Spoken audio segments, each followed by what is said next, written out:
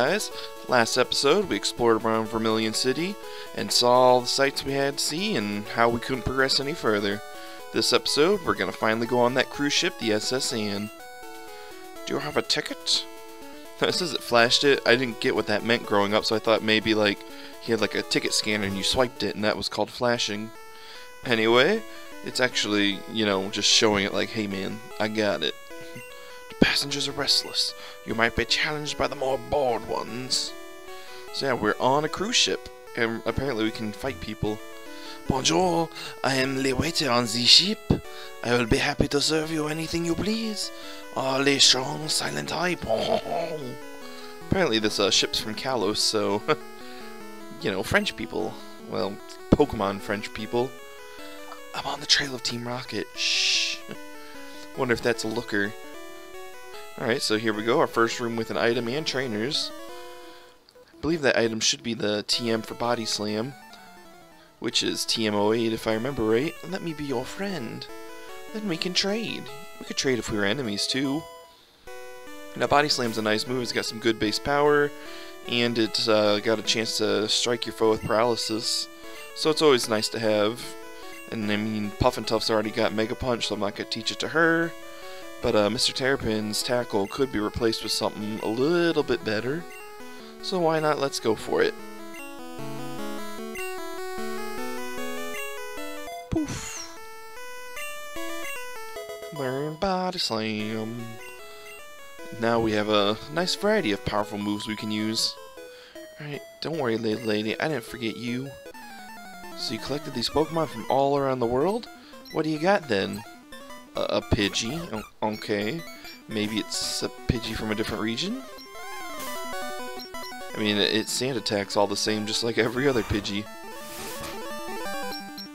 There we go. Look at that. And a Nidoran female.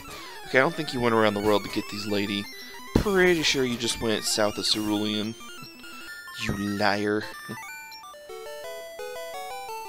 Oh no, I went around the world for these.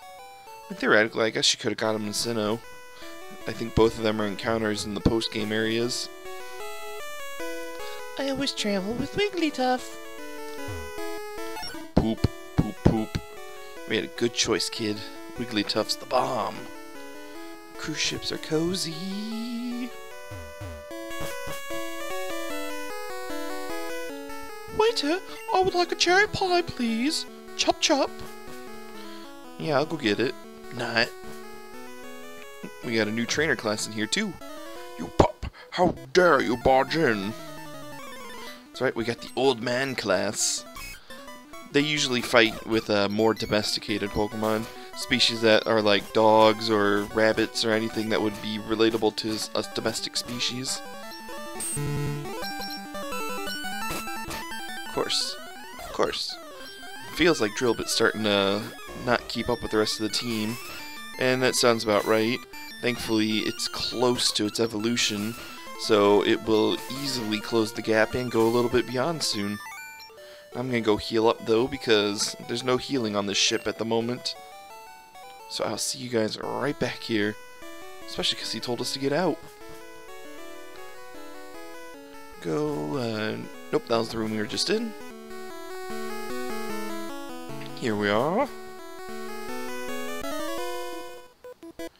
I travel alone. My Pokemon are my only friends. That sounds like me. That gets close to home, old man. Oh, and there we go. I think that's our first fire type we've ever fought. If you don't pick Bulbasaur as your starter. Fire types happen to be super effective against grass and bug and ice types, so don't use them against him. But they are weak to ground and water and rock, so you should have one of those moves available to you by this point. And your roar does nothing.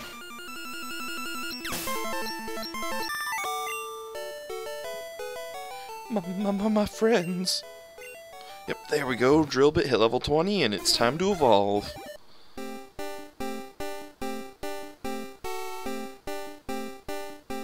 Into Fearow.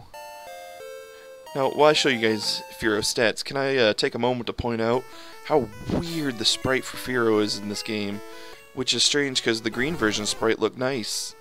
So I always thought it had like some sort of weird mohawk. I have a picture I drew a while ago of what I thought it looked like. Yeah, see, I thought the wing up there was actually some sort of mohawk thingy.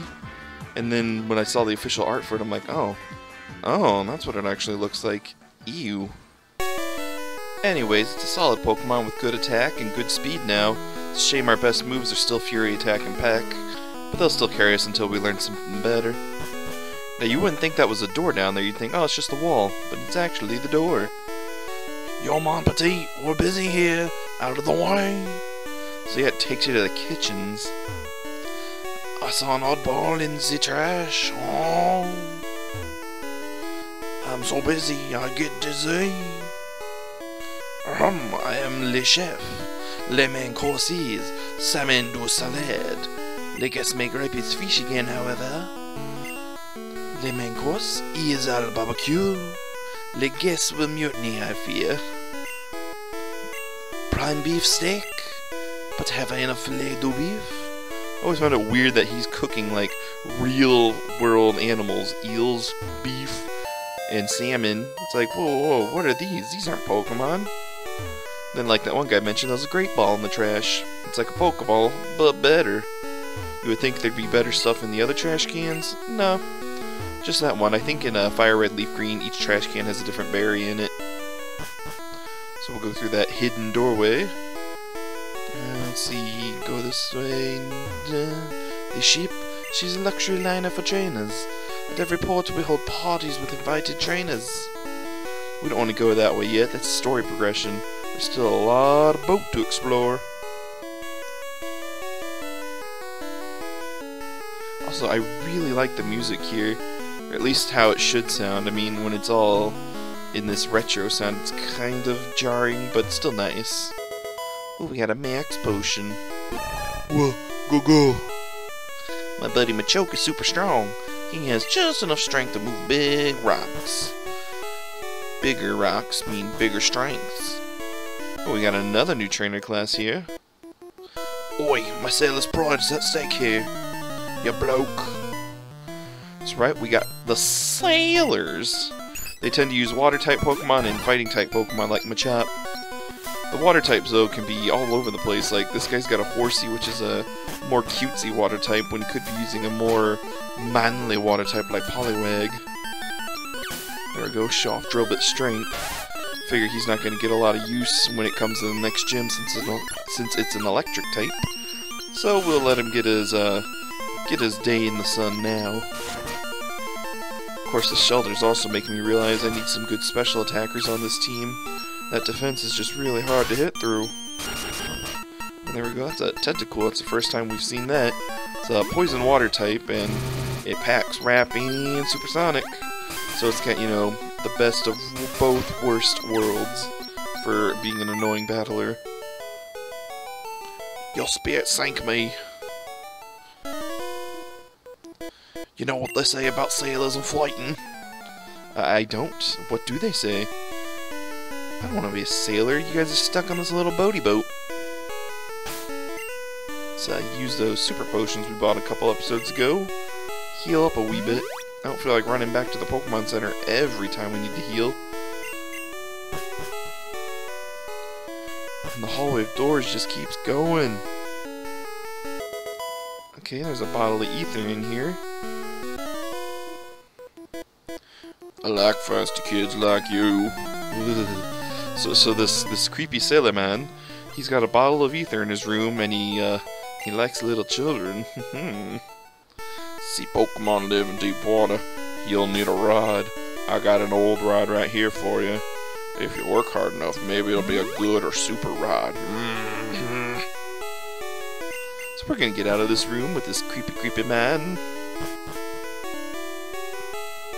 Us sailors have Pokemon too. Yes, you do, but it's nothing new. TM44, I believe that's rest. It's a pretty okay move. You sleep for 2 turns to fully heal yourself and status. The downside is you have to sleep for 2 turns. Later generations kind of get around this by giving you items that allow you to cure your sleep in 1 turn. But in this generation, during story mode, it's kind of not worth it. I was thinking about doing it on Puff and Tough because she's got all that HP, but I opted out. being a sitting duck for 2 turns in story mode, and if you end the battle before you wake up, it's even worse. Hello stranger, stop and chat. All my Pokemon are from the sea. So we got another new trainer class here, the Fishermen. They tend to use fish Pokemon, and anything that you can catch with a fishing rod. They're essentially just sailors that don't use fighting types.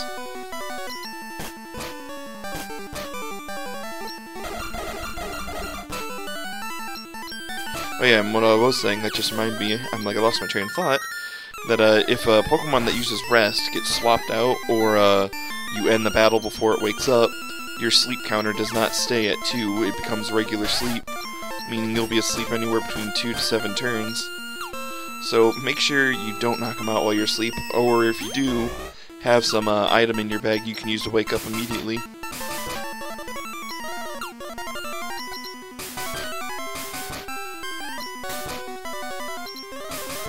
There we go. Took a lot longer than it should have, but we finally knocked you down. Darn, I let this one get away. They're always so smug with their little nerf faces.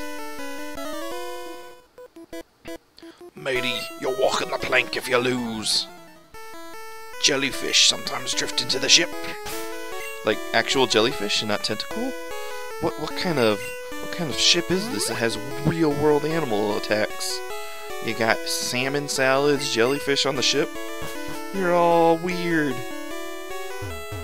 This is a completely optional hallway though, no hidden doorways here. So we'll go back the way we came, and then go back the other stairway. You could completely miss out on the TM for rest down there, because that's the main reason for going down there. And some free trainer experience off of those guys. So here we go. Actually go down these stairs, or up these stairs I should say. Thankfully there's no doors. Our captain is a swords master. He even teaches cut to Pokemon. That's right, finally! We'll finally be able to learn cut and be able to clear shrubbery. Ahoy there! Are you seasick? My pa said there are 100 kinds of Pokemon. I think there are more. Yeah, I mean, Professor Oak says about 150. The ship will be departing soon. Oh, I feel ill. I stepped out to get some air. Scrubbing decks is hard work. Sometimes you've got to scrub all the floors in Hyrule. Let's do a little jig. How many kinds of Pokemon do you think there are? Well, according to your buddy here, there's just about 100. But we know better than that. Might as well take his number times 8. And keep growing. Is now more doors, more doors. In all my travels, I've never seen a Pokemon eat and sleep like this one. It looks something like this. Draw me like one of your French girls. So we got some scene data for another Pokemon. It'll be relevant later. And we got some more trainers blocking our way. Gosh, we got double whammy. A fisherman and a gentleman. This must be the men cabin. You only got one, how bad could it be? Oh, it's even a little Pikachu. Get used to seeing them, because we're going to be fighting them quite a bit coming up. Thankfully, since it's an electric type, its electric moves can't hurt Shandy, and its normal moves aren't really that damaging.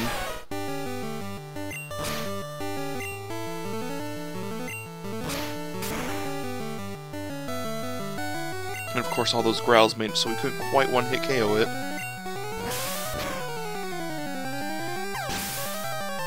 There we go, knocked out of the park. Good fight. Ah, I feel young again. Yeah, guy's a creepy youth vampire. 15 years ago I would have won. Okay, so that one guy that was all about feisty kids had a regular bottle of ether. These two had a bottle of max ether. Pokemon can cut down small bushes. Ah yes, I have seen Pokemon fairy people cross the water. So these guys keep rubbing it into our face at cuts a move. Is anybody gonna teach it to us? Now you're probably wondering why I walked this way so that girl couldn't see us. There's a cool little Easter egg if you lose on the ship after you're done with the story here, and then come back, because once you finish the story on the ship, it leaves and you can never go back on it. So I intend to use that girl to knock me out later, and then we can come back after I get a certain move, and we can check out this little Easter egg.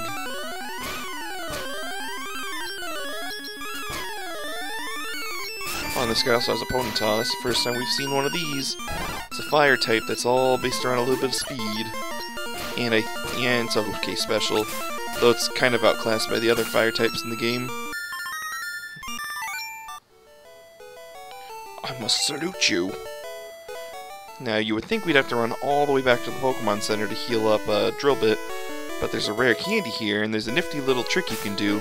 If you ever have a Pokemon that's knocked out, you can use a rare candy on them to act as a bit of a pseudo-revive, because their stats go up with the level up, and thus their HP goes up and they get a tiny bit back.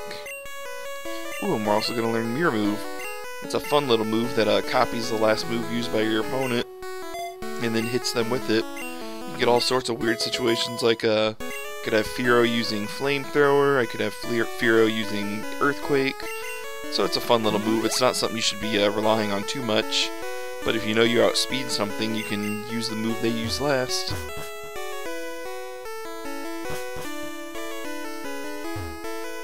Me and my daddy think the Safari Zone is awesome. Have you gone to the Safari Zone in Fuchsia? It had many rare kinds of Pokemon. And he ain't lying too. When we get there, we're gonna have to dedicate an episode almost exclusively of new encounters. The captain looks sick and pale, and I hear many people get seasick, my dear. But you would think the captain of a ship wouldn't get seasick, right? Larry? Bonjour, Nix. Imagine seeing you here. Were you really invited? How's your Pokédex coming? I've already caught 40 kinds. Crawl around in grassy areas. They're everywhere.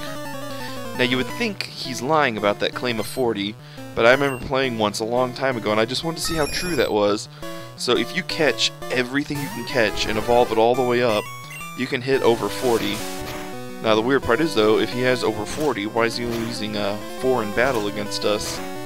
And more importantly, he would have to have evolved a lot of these other Pokemon. So, where's his Pidgeot? Where's his Alakazam? Where's his Butterfree, his Beedrill, his Raichu? He should have caught them too. Though he did evolve his Rattata, so he's making a little bit of progress. But I feel like we, fighting all these trainers made us go a little bit over-leveled there.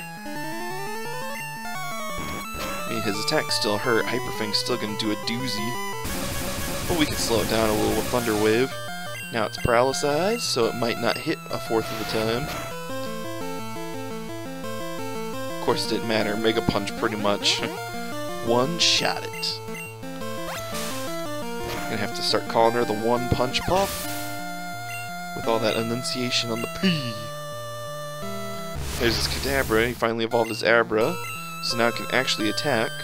But the AI is still gonna roll for that teleport every now and then. I don't know why. And Ivysaur looks like it evolved finally, and it's starting to stand on its hind legs, which is weird. But it's still Grass Poison. Now that I've got Twin Needle, it's 4 times effective. That thing doesn't stand a chance. It's the only reason to really carry Prickles after a while, because you can hit all the poison and grass types this game has.